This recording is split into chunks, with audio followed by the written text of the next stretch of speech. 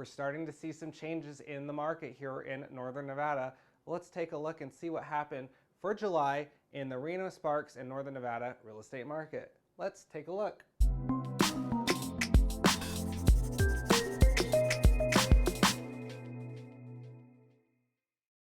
Well, just as I predicted, if you remember watching last month's market update, you remember me saying I think the trend of giant price jumps is going to be coming to an end soon.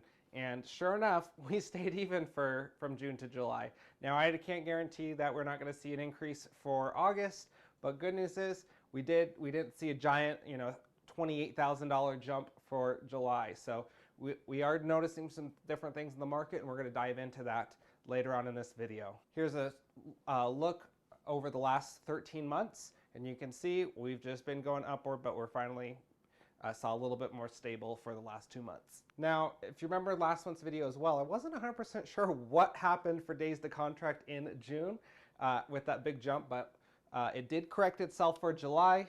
My theory is I couldn't get a straight answer. Everyone I checked around who sourced these numbers couldn't get me an exact answer, but my theory is we just had a couple of properties that may have been on the market for a very long time. There's properties that are on the market for here in Reno that have been on the market for 5-7 years, and when one of those sells, it can skew those numbers. So my guess is it may have had something to do with one of those. Looking at our inventory, new listings and sales, I've got great news. Our inventory count is that gray bar on the far right.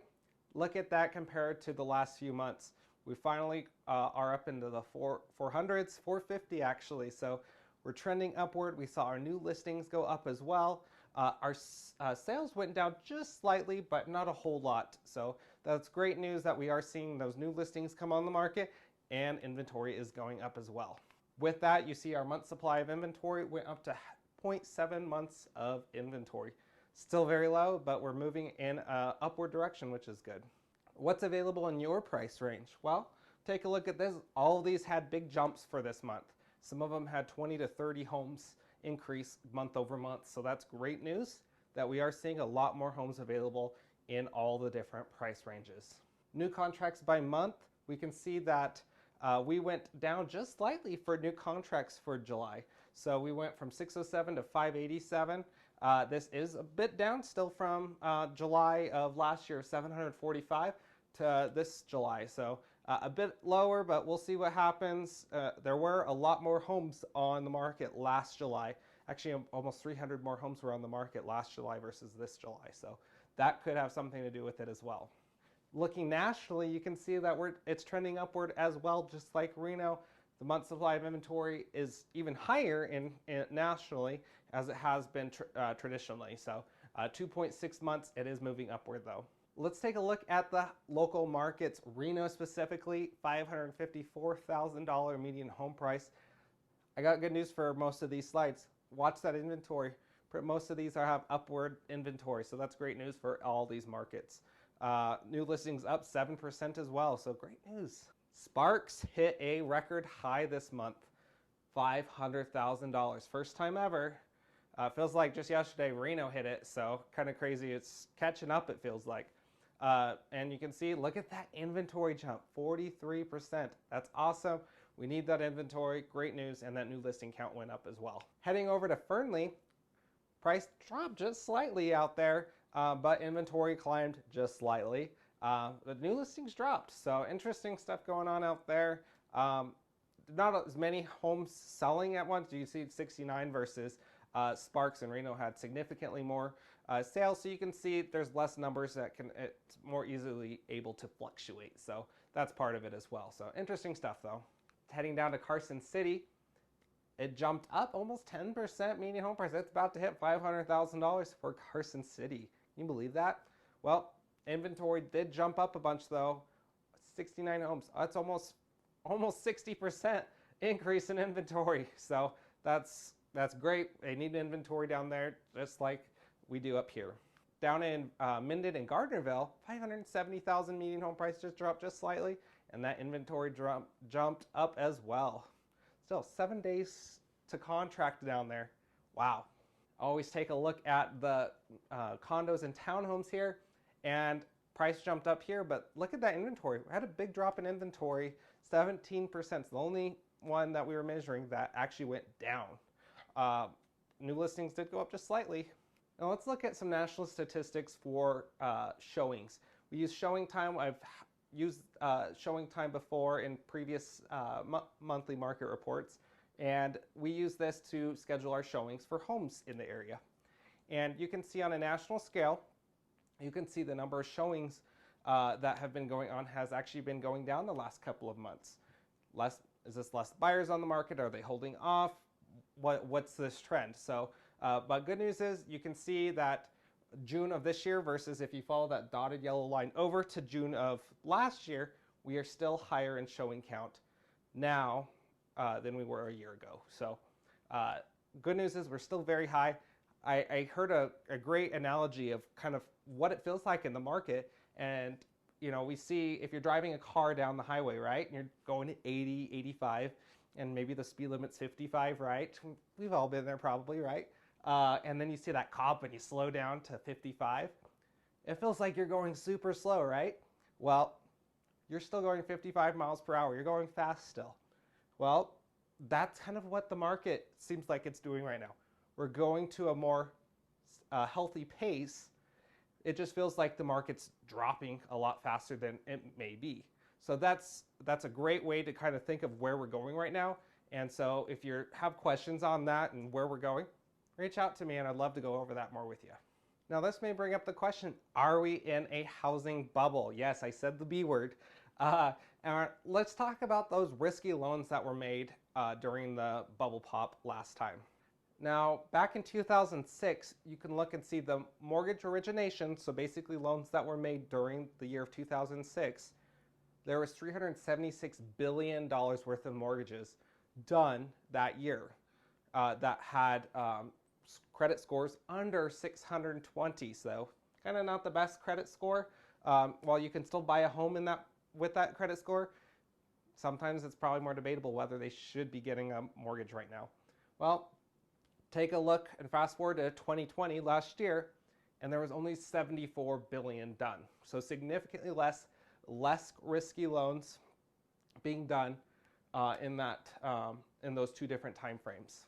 Now, why is this? Well, we look at what's called a mortgage credit availability index. And basically what this means is it's looking at credit scores. It's looking at income, debt, all those qualifications, and kind of almost coming up with a risk factor for you and what's allowable in terms of a risk factor for you to qualify for a loan. It was a lot easier to get a loan back in 2005, 2006. And if you bought a house then and then buying a house now and going through that loan process, you might notice that it's a little bit more stringent. They're looking at more things. And that's good news because what's that doing? We're making sure we're having good loans put in place so we don't have the same thing happen again that we did before. Look at how much it dropped from 868 scored to 129, 130 basically. So significantly lower and in turn makes it a little bit more difficult to purchase a home or get a loan just because it's looking at more qualifications. I wouldn't say it's hard to qualify, but it's just making sure that you are good to go and I can actually afford to pay that mortgage.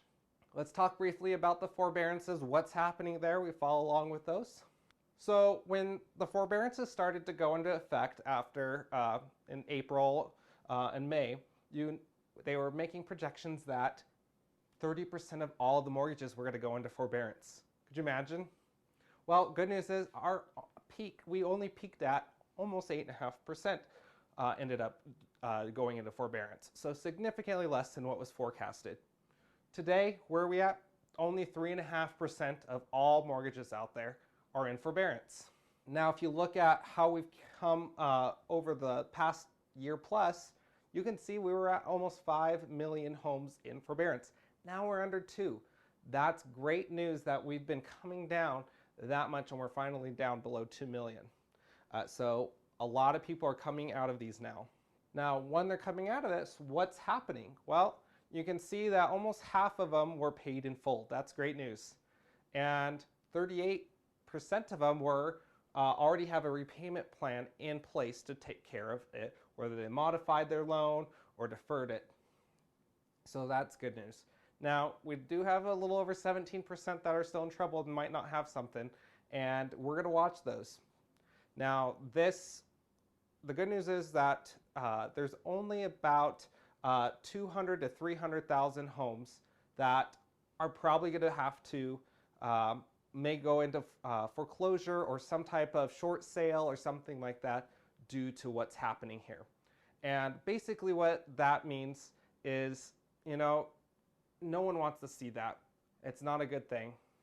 And regardless, that's going to be a lot lower than what we saw back in the 2006 to 2014.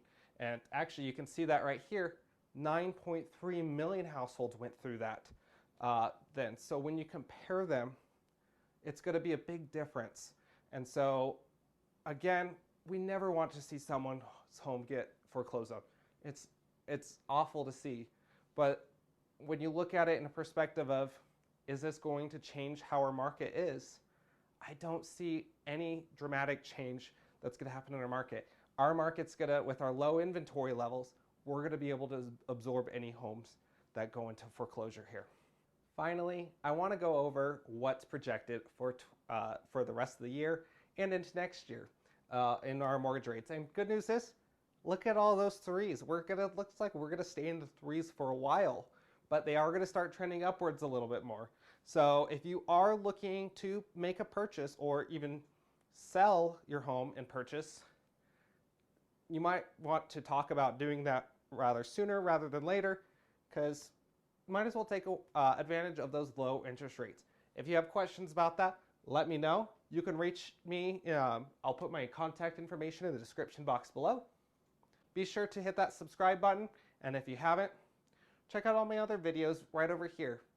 Thank you so much. Hit that like button, and I'll see you next time.